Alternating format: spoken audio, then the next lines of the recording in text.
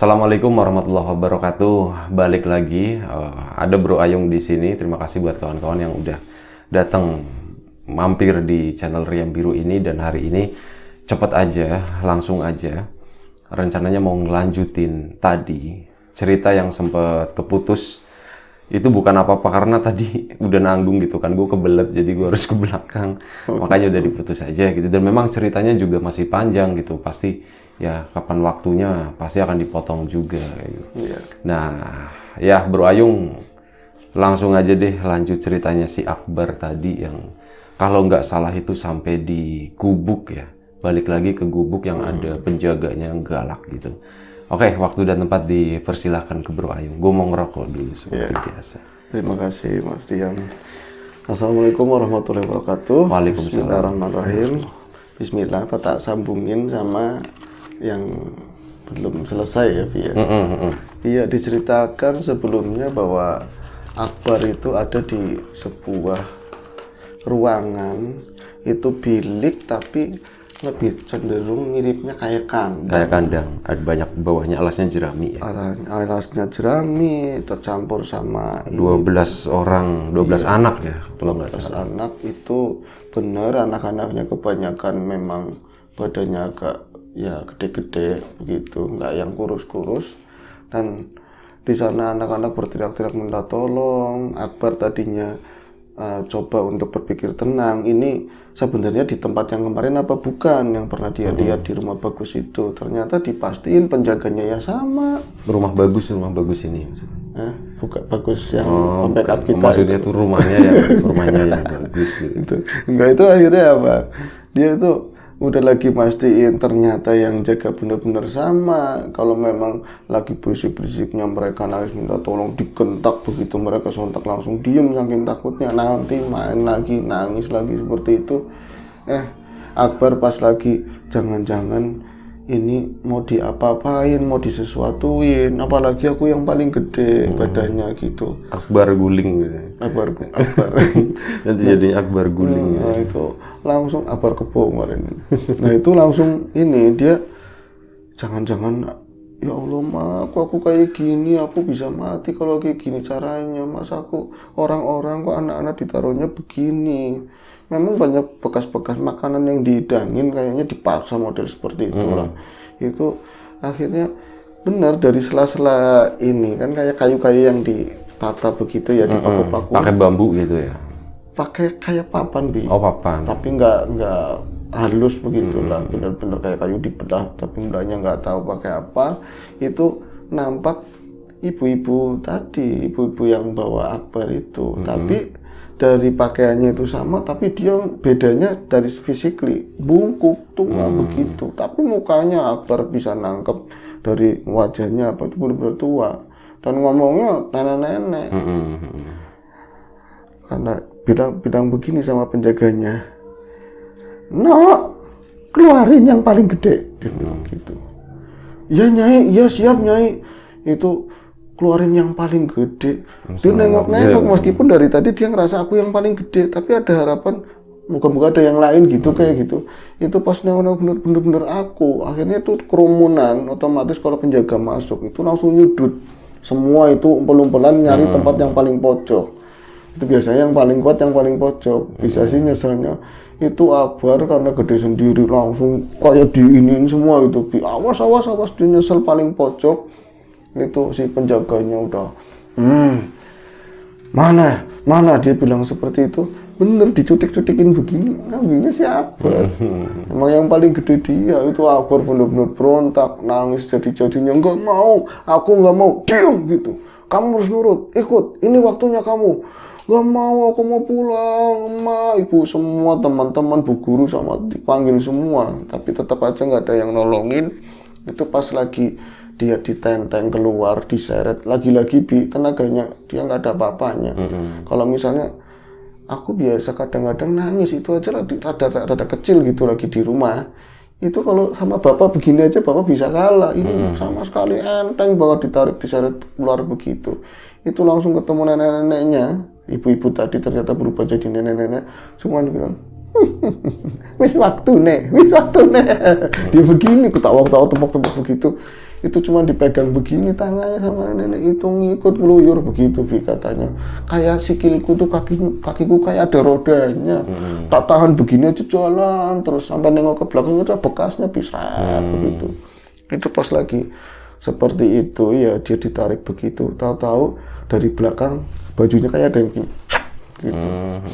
Itu ada yang nyawuk begini nu lepas. Siapa ber mau penasaran aku kan. Nanti dulu tak ceritain itu aku perasa ada yang megang di belakangnya begitu cengelai gitu ya. Set itu tiba-tiba udah nggak di situ lagi. Udah pindah tempat. Udah pindah. Aku duduk sama kakek-kakek yang tadi ngasih putin gitu. Ngasih singkong. Terus di mana Bor? Di mana? Di dalam itu apa ruangan biliknya kakek-kakek tadi. Di situ, tapi kali ini biliknya agak berubah. Jadi bagus ini pasti. Enggak, biasa tapi ya apa ya ada bantalnya, ada apa ya pokoknya nyaman lah di situ. Ada makanan kecil tapi rebusan lagi, itu tahu-tahu kayak kita udah ngobrol lama, duduknya posisinya nggak terengah-engah, aku juga nggak ngos-ngosan, dia juga nggak ngos-ngosan. Tapi ketika aku sadar dia cuma nanyain begini, dia bilang begini, maaf ya kakek itu terlambat, tapi untungnya kamu belum benar-benar dibawa, masih ada kesempatan. Kayak sebenarnya aku mau diapain tadi itu mau diapain? Ada apa kayak aku nggak tahu ini semua tentang apa dalam caranya anak kecil itu diungkapin. Akbarnya nggak sambil ngerokok gitu nggak? Nggak, itu kayak masih kecil ya? Masih kecil, kakeknya juga nggak ngerokok Bi. Sehat berarti? Sehat, ya makanya dia bisa enak banget gitu kan. Itu langsung dia bilang gini, sebaiknya jangan banyak nanya, tapi kamu lihat aja. Itu langsung digini matanya. Itu dia ngelihat di sana-sananya. Dia kayak ada di tengah-tengah, tapi posisinya dia mau ganti posisi kemana aja, mau kemana aja itu enteng kata dia. Itu kelihatan ada seorang bapak-bapak sama ibu-ibu. Ya belum setengah baya lah, sekitar 40 atau 45 yang udah masuk ya. Itu mereka lagi ngadep ada sebuah pohon gede. Sebuah pohon gede, di sampingnya itu sungai, sisinya sungai yang lumayan gede banget. Itu serem pokoknya. Itu lagi-lagi suasananya ya malam seperti itulah, temaram begitu. Itu tahu-tahu dari mereka kayak menyembah begini. Ada ubi rampe juga, itu isinya nggak bisa dijelasin sama Akbar, nggak jelas, tapi mereka bener-bener kayak lusuh begitu. Tahu-tahu pas tak perhatian ya, Yung, bapak-bapak itu ternyata bapak-bapak yang yang tebu lagi babatin tebu terus jatuh itu lebih yang babat, yang pingsan waktu itu ternyata sama istrinya. Itu lagi memohon begini, Mbak tolong Mbak, saya udah nggak kuat begitu, saya udah nggak kuat. Itu ternyata nggak lama setelah itu kayak muncul dari dalamnya pohon itu kayak bentuk kayak apa yang belenduk begitu. Terus bentar, ada yang datang nih. Itu sakti lu ya? Enggak. Itu ada Asik. yang benar-benar keluar begitu. Terus itu bentuk sosok itu 2 orang tapi packagingnya gitu, kayak raja, kayak inilah pakai pakaian seperti itu. Mungkin bisa dibayangin sendiri kawan-kawan, itu mereka hadir secara tiba-tiba, posisinya di depan mereka berdua gitu. Ada apa? Kata dia seperti itu, yang dijelasin Akbar gitu. Tolong Nyai, tolong Ratu, tolong. Aku udah nggak kuat kayak gini. Jadi gampangannya, kalau singkatnya itu mereka itu udah nggak kuat tentang hari-harinya mereka gitu loh.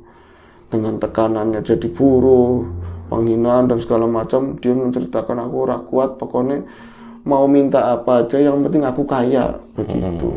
Jadi pesugihan lah seperti itu modelnya. Tapi jalurnya itu pas ngobrol itu nggak ada penampakan lain ada gimana? Wah itu kan gede banget ya Yung ya. Di belakang mereka itu kayak manten itu kayak ada gedeknya, namanya apa ya, pelaminan ya Bi. Iya, kalau manten dipajang itu kan pelaminan. Itu berubah jadi kayak pelaminan tapi tengahnya bolong, ada lorong jauh ke sana. Di di dalam pohon. Lo lanjut aja, gue benerin ini recordernya. Oke. Lo lanjutin aja bro. Nggak kelihatan Bi, gantengnya nggak kelihatan. Nah itu akhirnya Oh iya. iya. Nah itu kawan-kawan, si Akbar itu melihat di dalamnya itu benar-benar kayak sebuah lorong itu jauh di dalam pohon itu. Tapi si raja sama ratunya itu memang cara ininya apa ya, ngadepin permintaannya tadi. Dan dia bilang begini, kalau kamu siap permintaan kami, semua bisa. Semua bisa, katanya dia seperti itu. Loh, permintaannya apa? Tolong apapun akan aku penuhi. Yang penting jangan nyawa. Nggak bisa, harus nyawa, kata dia seperti itu. Kata si tadi ya, yang pakaiannya raja-raja begitu. Terus mereka saling berpandangan antara bapak-bapak sama ibu-ibu itu. Bapak-bapaknya kayak mau mantep Bi, tapi ibu-ibunya, menurut Akbar, ibu-ibunya nangis. Mau Pak, jangan Pak, itu anak satu-satunya, enggak, jangan. Kalau misalnya minta bocah jangan, seperti itu Bi. Tapi bapaknya juga lama-lama terpengaruh sama istrinya gitu. Kalau mau minta yang lain-lain atau misalnya hewan mau apa kita penuhin, tapi kalau misalnya nyawa manusia kita nggak jadi, kita nggak mau, katanya dengan bahasa Jawa kan. Oh, kalian nggak mau, cuma itu satu, kamu punya anak satu, seger, gede begitu, itu senengannya kami gitu. Udah kasih aja, kalian bisa bikin lagi, gampang. Sambil ketawa ketiwi itu berdua, itu nggak dipenuhi sama kedua orang tersebut. Pokoknya kami nggak mau. Oh ya kalau nggak mau silakan, udah. Itu adegannya nggak terlalu lama, singkat, nggak ada tekanan dari kedua belah pihak, itu nggak ada Bi. Kayak seolah-olah ada inilah perundingan, negosiasi seperti itu. Itu cuma nampak seperti itu aja. Nah terus itu langsung balik lagi ke tempat gubungnya kakek. Nah terus bilang gini, nah itu tadi yang kamu lihat itu udah bisa menjelaskan belum? Kamu paham nggak?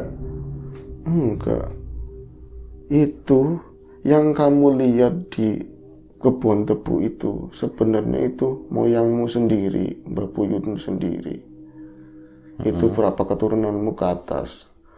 Nah mereka itu saking lelahnya menghadapi tekanan, imannya tipis digituin. Mereka nggak menghadap ke atas, mereka tidak berserah, tidak sabar, tidak ikhlas menjalani kehidupan. Mereka itu akhirnya mengambil jalan pintas. Loh apa hubungannya Mbak, itu kan nggak jadi, nggak ada istilah nggak jadi. Kalau di seperti itu udah niat, apalagi udah kesana, itu tulisan udah jalan seperti itu. Nah terus apa hubungannya dengan saya? Kamu keturunannya itu kena terus merembet, kalau nggak diputus tetap kena. Itu Bi. Jadi ada rentengannya seperti itu Bi. Nah aku nggak mau Mbak, aku nggak mau. Nanti mau diapain? Ada ngelawaknya, katanya dimakan, diplok gitu, katanya begitu. Diplok, dimakan, ya kayak kamu makan singkong itu. Direbus. Enggak mau. Iya, dia mau direbus segala macam. Pokoknya aku ada ketawa ya diceritain. Apa ngomong, iya ngelawak juga loh. Itu aku takut banget, pokoknya nyampe pegangan si kakek itu, kayak pulang. Katanya belum waktunya, kata dia begitu. Akhirnya dia ngajuin permintaan begini, kayak tolong kayak aku udah kangen banget, ini udah lama banget, aku pengen ngeliat keluarga aku, kayak aku pengen pulang. Kamu bener-bener pengen pulang, kamu pengen ngeliat keluargamu, ayo ke sana. Itu dipegang lagi, itu ada di rumahnya Akbar. Itu sebenarnya orangnya deket-deket kampung ini loh. Nah itu di sana yang dia lihat, dia aja nggak ngenalin dirinya sendiri Bi. Jadi ada orang tuh banyak, ada saudara-saudara sama tetangga, mereka kayaknya habis ngaji Yasin seperti itulah. Habis si Akbar itu posisinya dia nggak ngomong dia Akbar gitu ya, tapi ada seseorang diselimutin, tapi posisinya benar-benar terpejam begini, nafas ada sangat tipis, itu cuman bujur doang, dia nggak ngapa-ngapain. Nah itu ada, dia ngelihat bapaknya, ngelihat ibunya, Pak, aku Akbar, Pak. Mereka nggak bisa dengar, nggak bisa ngelihat. Sampai di dekatnya ke ibunya juga, Akbar nangis begitu. Mereka nggak ada yang bisa connect sama Akbar. Itu Akhirnya dia capek cuman ngeliatin doang, orang ini lagi ngapain gitu. Tau-taunya ibunya ngomong, duduk di dekat itu tadi yang baringan. Itu si Akbar. Iya, bar, ya Allah, bar, iki wis 10 bulan, bar, gitu. Katanya udah 8 bulan, Bi. 8 bulan kayak gitu iya, kamu nggak tangi-tangi, kamu nggak bangun-bangun, bar. Ibu itu ikhlas, kamu mau kemana, kalau memang Gusti Allah mau ngambil kamu, ya udah, nggak apa-apa, kami ikhlas, tapi nggak begini, ya Allah, kasihan banget. Itu dipegang sama bapaknya, Bu, yang sabar, tetangga juga pada bilang begitu. Itu ternyata di sananya ini di luar Akbar ke situ ya, tapi aslinya di kehidupan nyatanya Akbar setelah jatuh ke pangkok gitu ya, jatuh tulang ekornya kena itu, dia memang langsung lumpuh, Bi. Langsung lumpuh, dan semenjak saat itu dia itu mulai cuman baringan dan berangsur penambahan bulan itu nggak mau makan apa-apa. Cuman dia nggak bisa ngomong, nggak bisa komunikasi, nggak mau makan, cuman tiap hari itu ditetesin air aja gitu. Jadi bener-bener cuman tulang belulang yang dibalut, iya, sama kulit udah kayak gitu doang. Bener-bener kurus semuanya. Dan itu pada saat Akbar ceritakan memang ada orang yang nyaksiin, masih saudaranya. Itu pas dia ini kalau misalnya dielap gitu aja, dipiringin begini, miring begini, itu kulit yang kesini ngeletek, Bi. Sampai ke bawahnya itu ngeletek kayak copot begitu. Saking lamanya. Saking lamanya, basah begitu, lembab, itu ngeletek. Terus aku kalau bercandanya, boya mati aja, Bar, gak usah repotin, jalan, kata dia begitu. Itu seperti itu nyampe 8 bulan lamanya itu. Nah ini kembali lagi ke Akbar ya sama si kakek. Itu balik lagi karena, Bar, ayo kita balik lagi. Kamu belum waktunya. Enggak, aku mau di sini, aku mau pulang. Udah, nanti juga ada waktunya. Kakak itu bilang begitu. Akhirnya pulang lagi ke gubuk tadi, Bi. Ini orang tuamu yang nggak bersalah, orang tuamu dulu yang nggak bersalah. Semuanya memang karena kurangnya imannya mereka dari mbak buyutmu, pengen gadain seorang lah nyawa. Tapi mereka juga sebenarnya menyesal. Tapi keturunan yang bawahnya mereka juga nggak tahu. Tapi itulah sangat bahayanya pesugihan itu seperti itu. Bisa ngambil terus, kalau nggak diputus, udah terus seperti itu katanya. Nah, kamu termasuk salah satu yang memang jadi jatahnya mereka. Nah, kakek bisa bantu saya? Enggak. Kenapa? Kok nggak bisa bantu? Ngapain kalau kok nggak bisa bantu? Ya kan udah bantu, kata dia begitu. Kakek itu siapa? Pas ditanyain begitu, Bi, kakek itu langsung bukan jadi manusia lagi, Bi, katanya. Kakek itu siapa di depannya begitu? Itu dia ngepias. Jadi burung begitu, cuman ada cahaya tipis-tipis kayak asap putih-putih itu. Katanya, aku itu doa-doanya keluargamu. Maksudnya gimana, kayak itu udah nggak berbentuk, cuman kayak sinar-sinar seperti itu. Tapi iya, doa-doa dari keluargamu itu selama ini, selama kamu itu terbaring di sana, selama kamu nggak bisa bangun, mereka tetap sayang sama kamu. Walaupun ada beberapa yang memang udah lelah, itu lumrah ngerawatin kamu gitu, tapi banyak yang tulus doain kamu. Nah, aku itu adalah doa-doa mereka seperti itu. Jadi jangan keder. Kenapa tadi mungkin penalarannya ya, singkong bisa rasanya seperti itu. Terus kalau kadang-kadang genting itu dia selalu hadir gitu lebih. Itu kayak doa itu nyampe ke situ. Kek, pokoknya aku maunya kakek jadi kakek aja, jangan jadi kayak gitu. Serem, Kek, dia bilang gitu. Akhirnya yang nolongin aku siapa lagi setelah ini? Siapa yang mau nolongin aku? Kamu sabar, waktu kamu itu udah dekat. Waktu kamu udah dekat, katanya seperti itu, Bi. Itu ada tempat tidur, kamu tidur aja, katanya begitu. Di kamu situ, lelah, di gubuk itu. Pintunya ditutup, jangan sampai buka sama sekali. Ditutup pintunya, itu nggak terdengar suara apapun setelah itu. Dan memang karena lelah banget, Akbar nggak tahu, dia merasa kayak aku itu percaya banget sama si kakek itu gitu loh. Dia itu akhirnya tiduran, Bi, di situ. Emang ya karena kebayang yang udah terjadi, itu ngeri-ngeri semuanya ya. Dia itu masih khawatir dan lain-lain, mau tidur itu susah, baca doa tidur itu nyampe berapa kali, nyampe dia baca surat-surat pendek itu lama nggak bisa tidur. Akhirnya dia juga bisa terlelap, Terlelap dengan sendirinya gitu. dengan terlelap mungkin saking capeknya gitu, saking capeknya. Di sananya itu dia mimpi, di sananya dia mimpi itu ada di tengah-tengah kebun tebu yang habis dibabat, mungkin habis dipanen berapa minggu atau seminggu gitu. Tapi ini cerita berbingkai namanya. Iya, ada cerita di dalam cerita begitu ya. Itu lagi kayak sampah-sampah, daun-daun kering, apalagi dibakarin bener-bener panas banget. Abor ngerasa sangat panas, dia sendirian, bener-bener sangat sendirian. Itu sejauh mata memandang itu tebu semua, tapi posisinya udah dibabat semua seperti itu. Ada yang juntai jembul dari atas itu palingnya pendek-pendek sejengkal apa setengah jengkal, itu gosong-gosong. Kakinya ngerasa panas, badannya ngerasa panas semua, sampai dia bilang, ya Allah, aku haus. Itu nyampe kehausan, bener-bener haus banget ya. Katanya di antara dia itu saking nahan haus, kayaknya dia bener-bener nyerah. Katanya di alam nyatanya itu di sananya lagi kayak sekaratul maut, seperti itu di sananya gitu, di alam aslinya kayak sekaratul maut. Nah itu dia pas lagi cukup begitu, lagi kehausan begitu lama, dia ngerasain lama dan payah, itu ada seseorang yang datang. Ada seorang yang datang, dia kayak ada garis begitu. Jadi apa ya? Ini bentangan luas, tapi ada kayak jalannya lebarnya semeter begitu. Itu kayak ada seorang pakai baju putih, pakai apa namanya, kayak pakaian wali-wali begitulah, di gamis dia gamis, di sininya pakai udeng-udeng begitu, tua. Wajahnya mirip sama kakek-kakek tadi. Cuman ini brightly loh, bersinar kayak begitu. Pangeran Diponegoro gitu. Nah ya, itu nyamperin ke Akbar. Nah, tanah yang depan yang belum dipijak sama dia masih banyak nyala-nyala api gitu. Tapi di belakangnya kayak rumput begitu.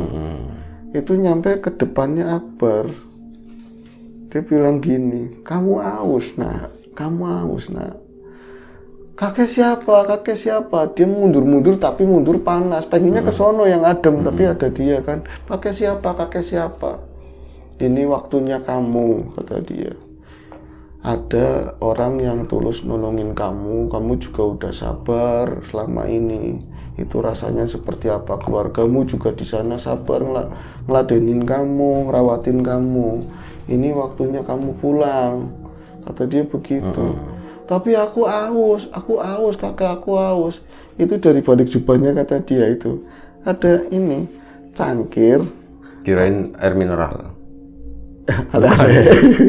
Itu ada cangkir dari ini apa namanya, pongkornya bambu tapi kayak ada pernisan yang itu bagus, pokoknya ada cangkir. Itu begini, dia ada jubah segini ya. Itu di dalamnya megang kanan, menjelas kanan begini, dia itu entah megang apa ya, ceret apa kendi, nggak tahu, nggak kelihatan. Itu keluar dari sininya itu kucuk begitu. Itu dia ke belakang begini lagi. Nah ini ganti tangan kanan. Kamu haus, ta'awud bismillah, dibaca, minum, kamu minum. Itu diminum sama dia, sama si Akbar diminum. Itu bener-bener rasanya air itu bisa anis, enak banget. Lah terus gimana Bal setelah itu? Aku nggak ngeliat dia lagi. Lah terus ya tahu-tahu aku nggak bisa ngapa-ngapain begini, pengennya bangun tapi susah, kata dia begitu. Dia di situ di raga aslinya. Udah balik lagi. Udah balik, cuman kata dia gini, aku yang ngerasain, aku pengen bangun, aku pengen jalan nggak bisa, mata itu kok nggak ngeliat gitu. Pas lama-lama dia dibuka begini, mulai kelihatan itu Eternit. Eternit zaman dulu yang pakai inilah, anyaman bambu. Itu banyak pian. Ini suara yang dia dengar tuh suara ibunya. Apa ya tangi gitu. Kakaknya yang lihat duluan, yang perempuan. Bu, Akbar tangi begitu. Itu ibunya langsung nyamper ke situ, katanya dipeluk-peluk begitu.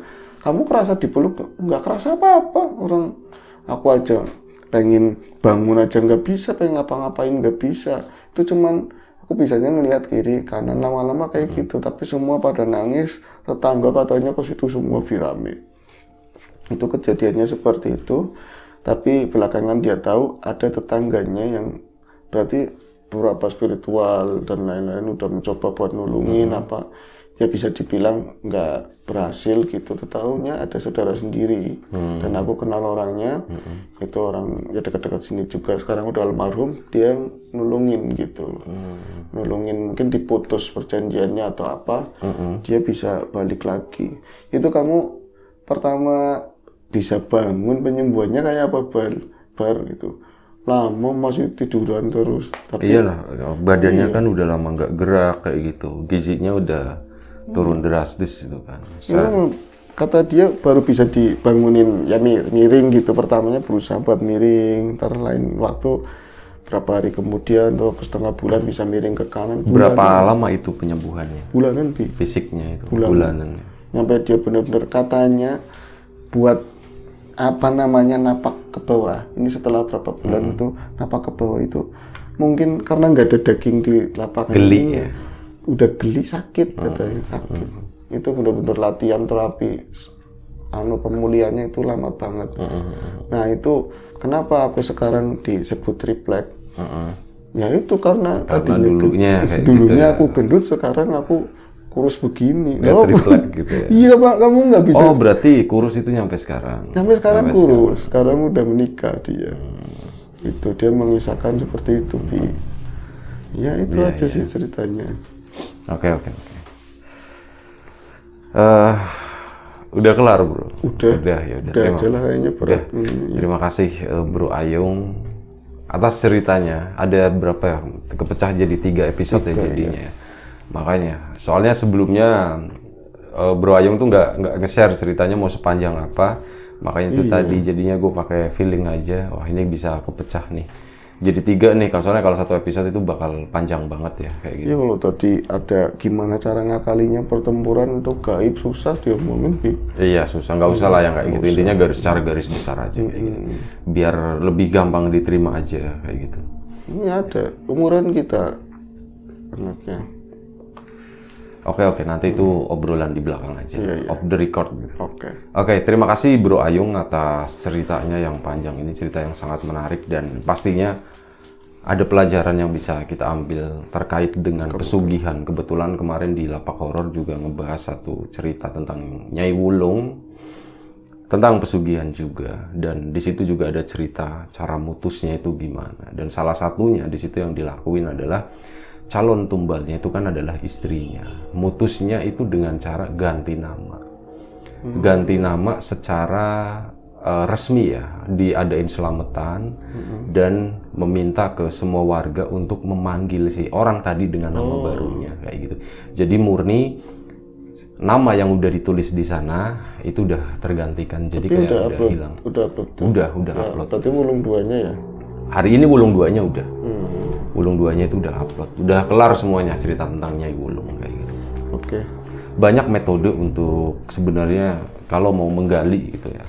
Banyak metode untuk bisa memutus seperti itu, dari yang gampang sampai yang susah banget. Itu kan nanti tergantung dari perjanjiannya semacam apa dengan yang seperti apa kayak gitu. Nah, masing-masing lah itu semuanya.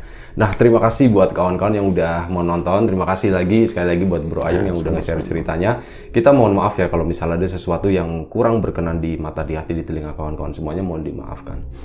Ya, siapapun itu semoga kita tetap diberi kemudahan dalam hal apapun, termasuk kemudahan dalam hal rezeki. Siapapun sekarang yang lagi sakit, semoga segera diberi kesembuhan. Siapapun sekarang yang masih sehat, semoga tetap dijaga kesehatannya. Terima kasih sekali lagi mohon maaf juga. Jaga kesehatan kawan-kawan semuanya. Assalamualaikum warahmatullahi wabarakatuh.